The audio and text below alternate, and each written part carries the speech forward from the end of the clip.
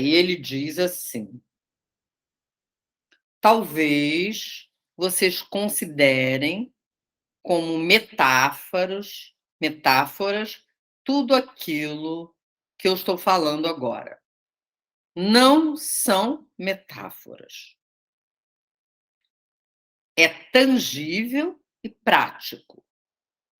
Não é uma filosofia, mas é alguma coisa que se faz. E se alguém pensa que se trata de uma maneira de formular os pensamentos, está enganado. Deve ser, tudo que eu estou dizendo aqui, deve ser tomado ao pé da letra. É experiência.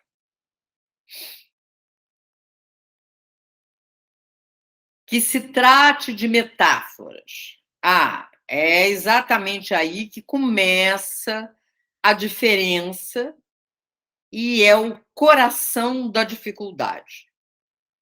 É suficiente compreender que se eu estou tentando, da melhor maneira possível para mim, tocar a experiência do encontro, o encontro com o homem, então vocês tirem essa palavra metáfora.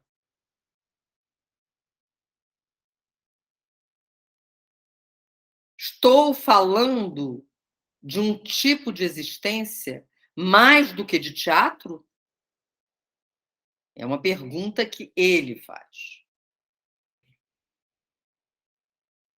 Porque, efetivamente, a gente viu nessas duas outras quintas-feiras que ele está falando de um tipo de existência, né? Eu estou falando de um tipo de existência mais do que de teatro? Aí vem uma nova resposta.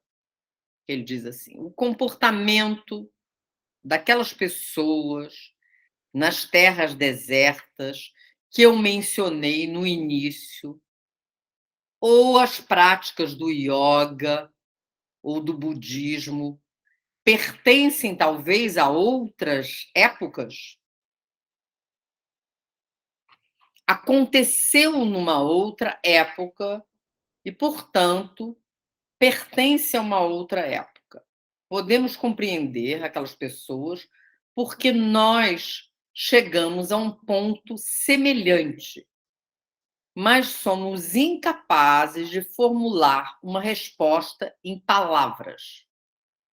Uma análise disso nos levaria muito longe, para muito longe do tema da nossa conversa. No entanto, me permitam dizer que tem alguma coisa que permanece igual em todas as épocas, ou pelo menos naquelas em que as pessoas têm consciência da própria condição humana. 2 pontos. É a busca ou pesquisa, mas eu acho que é mais busca, né? Então, ele está dizendo isso. Quer dizer, nas épocas em que as pessoas, por alguma conjunção do momento planetário, digamos assim, se dão conta da própria condição humana, elas têm consciência disso, essa coisa acontece de novo, que é essa busca. Então, de tempos em tempos, na humanidade tem esse período de busca. E ele está dizendo que nessa época que ele está falando, que é anos 70, tem um momento assim. Eu não sei se a gente pode dizer que esse momento que a gente está vivendo agora é semelhante, mas talvez seja, inclusive, exatamente com as questões que foram trazidas para nós por essa circunstância da pandemia, né? A circunstância da pandemia colocou em xeque várias coisas para nós, e agora a pandemia associada a essa coisa da guerra. Então, essa consciência da condição humana, ou um chamamento para essa consciência, se instala. Então, tem essa busca, né? Vou pegar aqui o Performer. Ele diz que essa pergunta, a resposta dessa pergunta é fundamental, né? Eu vou ler aquele fragmento que ele diz assim: isso em seguida de uma difícil evolução pessoal, que, de alguma maneira, é a tarefa de cada um. A questão chave é: qual é o teu processo? Você é fiel ou luta contra o teu processo? O processo é como o destino de cada um. O destino próprio que se desenvolve ou que simplesmente se desenrola dentro do tempo. Então, 2 pontos. Qual é a qualidade da tua submissão ao teu próprio destino? Esse fragmento, é claro que ele, de uma certa maneira, ele é uma condensação de todo esse texto que a gente está lendo. Porque no texto do Performer, o texto do Performer é um texto curto, todo condensado, que é como se fosse todo o conhecimento dele condensado nessas 4 páginas. Então, ele é um texto muito importante também por isso, porque tem essa condensação. Tem algumas vezes, quando você fala sobre o inconsciente não estar a favor. Eu não sei se eu vou saber dizer exatamente, mas tem a ver com isso? Esse nível de submissão ao nosso próprio destino estaria relacionado, de alguma maneira, à relação que a gente tem com o nosso inconsciente? Tem no sentido de que você pode dizer assim, o sujeito... primeiro tem, é claro, sempre o problema de tantíssimas pessoas que não acreditam no inconsciente, né? Acham que o inconsciente não existe. Acham que é uma coisa fantasiosa. Então, é claro, se a pessoa não acredita no inconsciente, então o inconsciente fica à deriva, né? Se você acredita no inconsciente, você cuida de fazer pequenas leituras do inconsciente toda vez que algum material do inconsciente escapa para o teu nível consciente. Seja através de lembrar de um sonho, seja através de um ato falho, enfim, de sintomas. Você observa um sintoma teu, bom, isso é material gerado no inconsciente. Então, aí você começa a poder minimamente esboçar essa hipótese de que a qualidade da tua submissão ao teu próprio destino seja alta, essa qualidade, né? Você aceita, você vive a vida que tem para viver. Ontem eu teve uma aula de psicanálise, que é uma aula sobre a interpretação dos sonhos, do Freud, e foi muito interessante, porque o cara que estava dando a aula, que é um grande psicanalista, ele falando toda essa questão dos sonhos, né, e da interpretação, e ele explicou que, na verdade, o termo em alemão, no original, não é interpretação, é uma palavra que quer dizer busca de sentido. Então, é busca do sentido do sonho. Mas aí ele fala que tem um sonho que o Freud cita numa aula dele. Ele cita um sonho de Alexandre Magno. Alexandre Magno está no cerco da cidade de Tiro, uma coisa de guerra, e ele quer ocupar Tiro.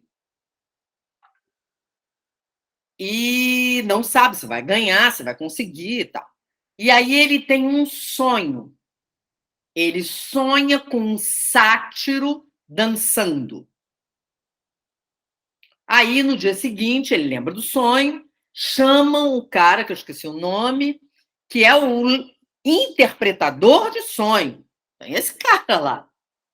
Quer dizer, tem um analista de plantão. Chama o cara e o cara diz: sátiro. Quer dizer, tiro é tua. Pode ir. E ele vai e ganha.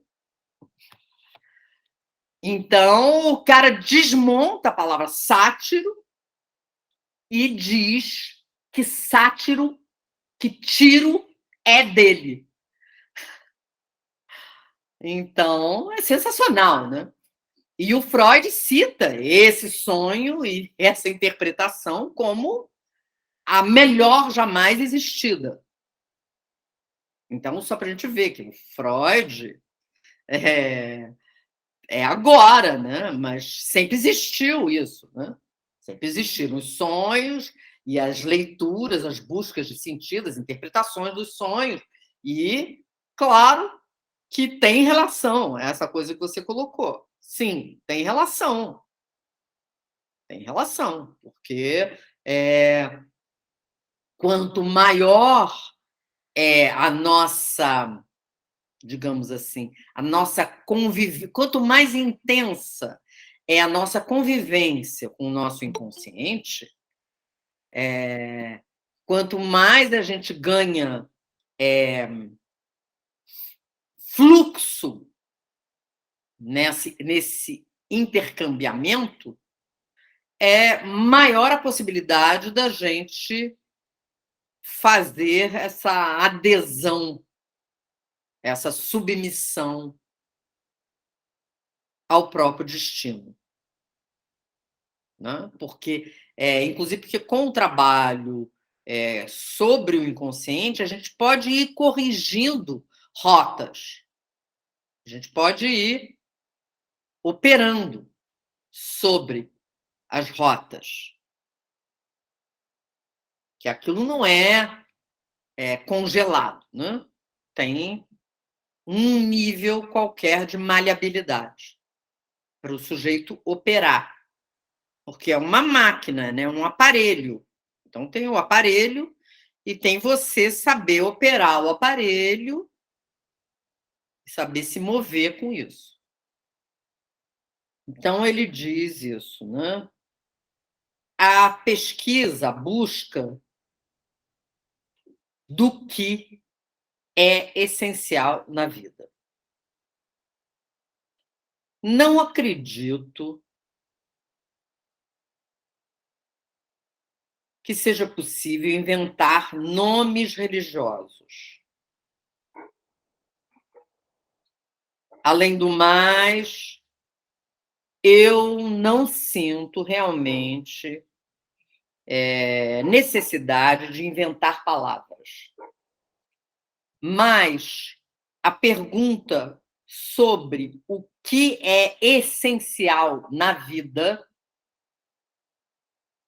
que alguns de vocês podem achar abstrata, é realmente de grande importância.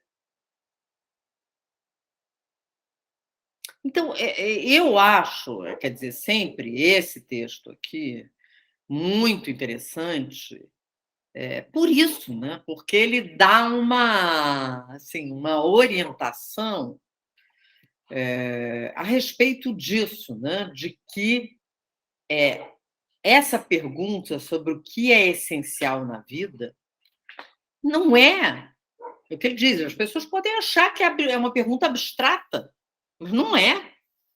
É objetiva, importantíssima. A gente tem que estar sempre. Eu penso isso, né? Que a gente tem que estar sempre se perguntando o que é essencial na vida. Porque a gente. Ah, tá, a gente consegue responder isso. O que é essencial na vida? E aí você está ali. Mas o mundo te desvia frequentemente desse trace que você está. Então você tem que refazer a pergunta de novo. Peraí, estou perdendo o pé aqui. Estou começando a botar em primeiro plano coisas que não têm a menor importância. Então você diz, peraí, arruma de novo. Até isso ficar muito claro e você ter muito mais firmeza e equilíbrio nesse processo de ser humano. Porque tudo isso tem a ver com essa coisa que eu já disse aqui algumas vezes, que eu acho que é fundamental, que é de se tornar um ser humano profissional. Profissional no sentido de é isso. Como ser humano. Como ser humano. Como é que a gente faz para ser humano mesmo? Para ser humano ou para ser humano? Que está exigido de nós, né? Aí ele diz assim, muitos recusam, rejeitam essa importância. Se sentem obrigados a sorrir como se estivessem fazendo publicidade de uma pasta dental. Mas por que são tão tristes? Talvez deixaram escapar alguma coisa na vida? Talvez não se tenham colocado nunca a única pergunta que deveriam ter se colocado. É preciso colocar. E a resposta não se pode formular. Só se pode fazer. Então, isso também é muito interessante. Né? Não tem resposta formulada em palavras. A resposta é o próprio ato, é a própria vida. A resposta é como o sujeito vive, é a resposta que ele está dando a essa pergunta.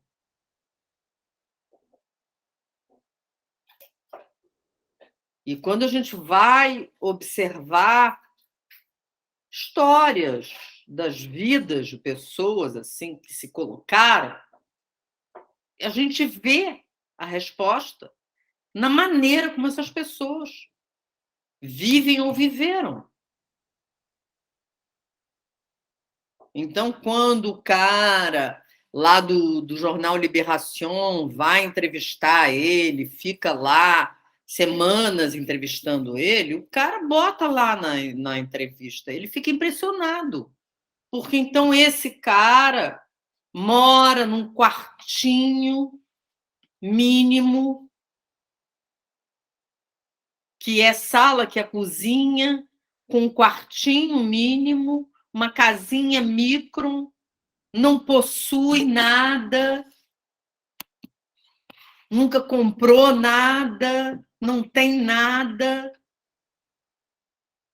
a não ser, assim, uns 20 livros. Então, essa é a resposta. Que está lá para a gente ver. Resposta que as pessoas... É como a pessoa vive.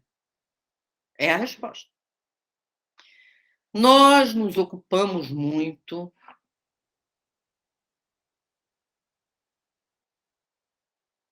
para não encontrar uma resposta para essa pergunta. Queremos aprender os meios. Como representar. Falando dos atores, né? Como fingir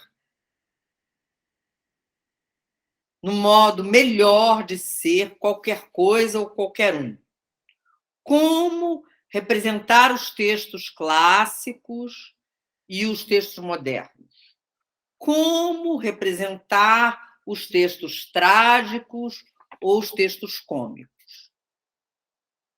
Mas, se você aprende como fazer, não se revela a si mesmo, se revela só a habilidade de fazer. Essa é uma frase importantíssima para os atores. Se você aprende como fazer, ele grifa o como fazer, você não se revela a si mesmo. Você revela apenas a habilidade de fazer. É uma técnica, você aprende uma técnica.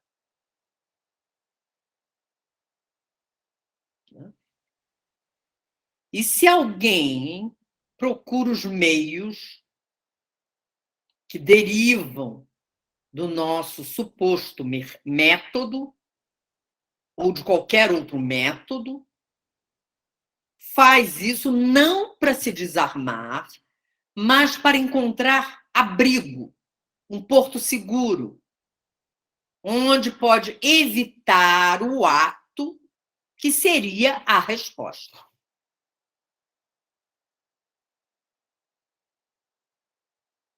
Em relação a isso, tem um outro texto dele, não me lembro onde que ele fala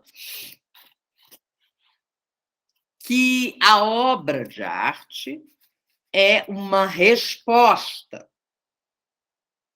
que o artista dá a alguma pergunta que o mundo coloca para ele.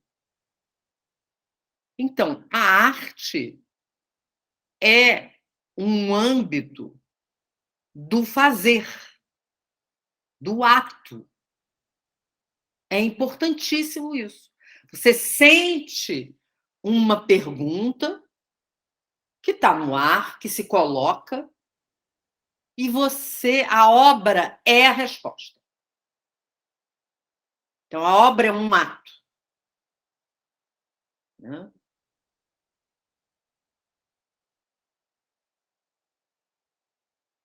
E, mais uma vez, a gente pode voltar lá para a questão do inconsciente, do Freud, que a gente estava falando, porque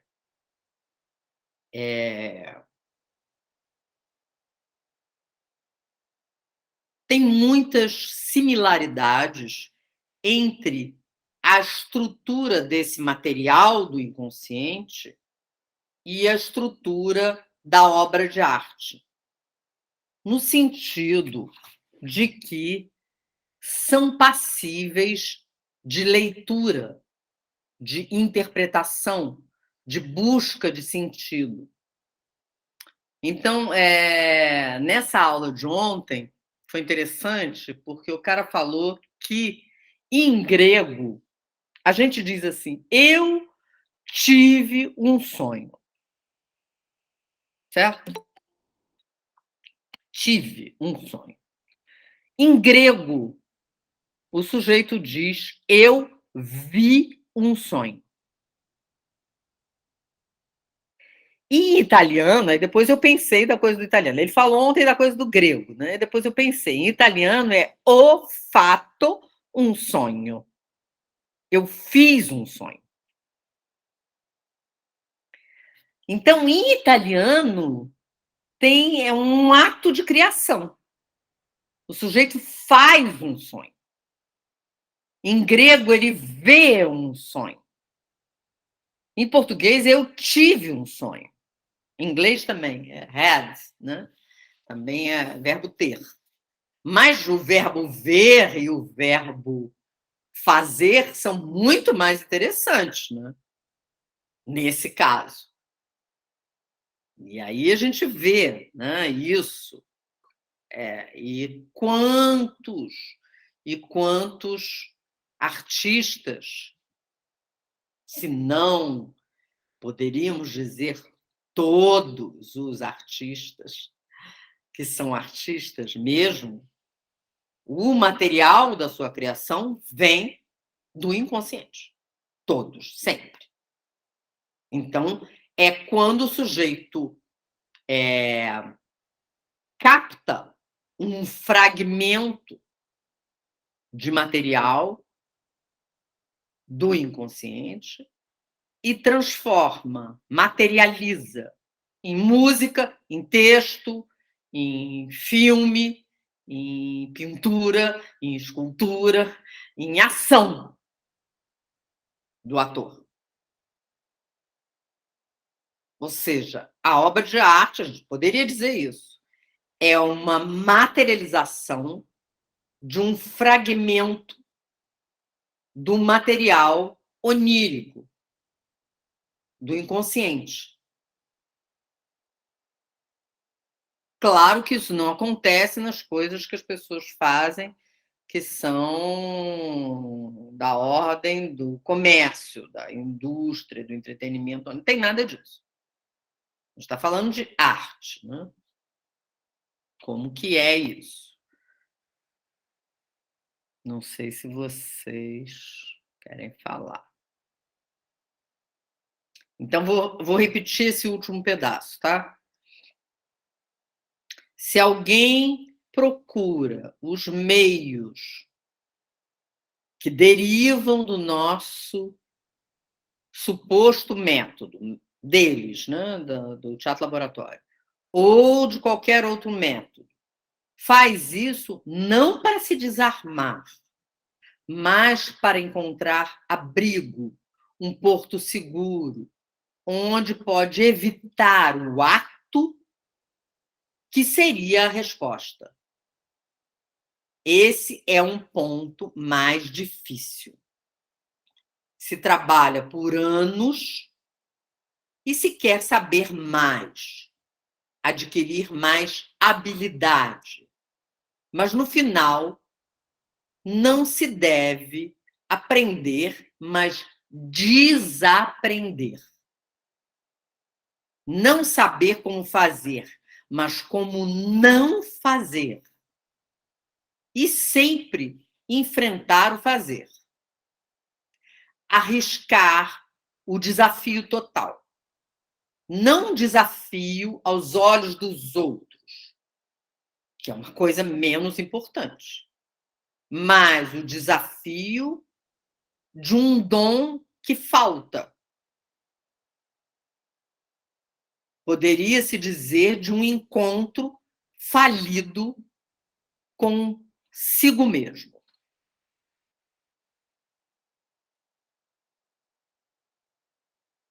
E aí termina essa resposta dele. Aí outra resposta. O homem se arma, talvez de novo, depois que cumpriu o ato de sinceridade carnal. Depois que se desarmou no encontro do qual eu falo. E quando volta, por assim dizer, na vida de todo dia, é uma pergunta que ele faz. Então, vou ler de novo. O homem se arma, talvez, de novo, depois que cumpriu o ato de sinceridade carnal, depois que se desarmou no encontro do qual eu falo, e quando volta, por assim dizer, à vida de todo dia? Para se aproximar do impossível, é preciso ser, de alguma maneira, realista. Na vida, é possível não se esconder? É uma pergunta que ele está fazendo.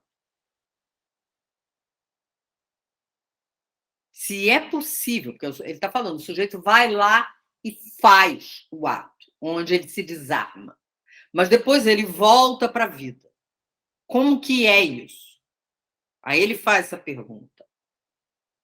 Na vida, é possível não se esconder? É melhor se não nos escondemos. Mas imaginemos uma situação na qual você tivesse recusado todos os meios de dissimulação. Mas os outros não fizeram isso. Talvez se deve começar com certos lugares especiais. Então, o que ele está dizendo? Que não dá para você andar pelo mundo desnudado, em carne viva, em qualquer lugar. Que talvez seja melhor começar escolhendo alguns lugares em que você se apresenta desarmado. Né? Sim, eu penso que existe uma necessidade urgente de um lugar onde nós não nos escondamos e sejamos simplesmente como somos, em todos os sentidos possíveis da palavra. Quer dizer que permaneceremos um círculo vicioso, que a vida é diferente a vida aqui é diferente dali? Não. Eu penso que isso vai sair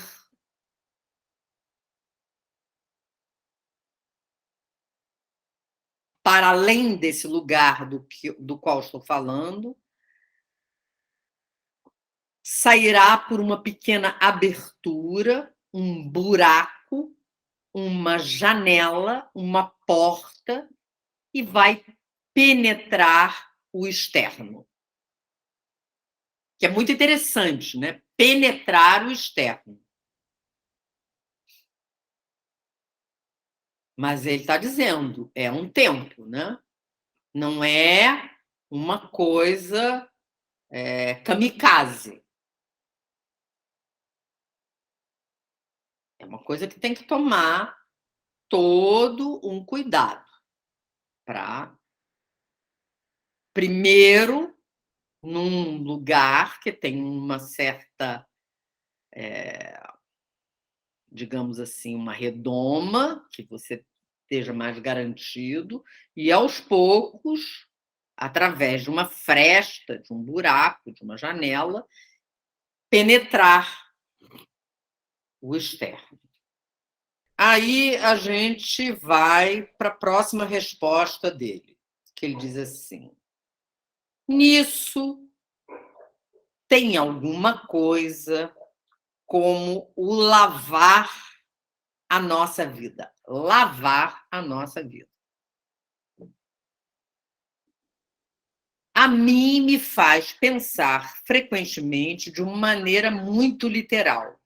tangível, como uma ação, lavar. Também isso é suieto, holiday. Estar no suieto. Ser suieto. Ser o dia que era santo. Estar no dia que era santo. Não tem outra maneira aqui. Se deve falar por associações. Para alguns, isso vai parecer abstrato, inclusive embaraçante ou ridículo.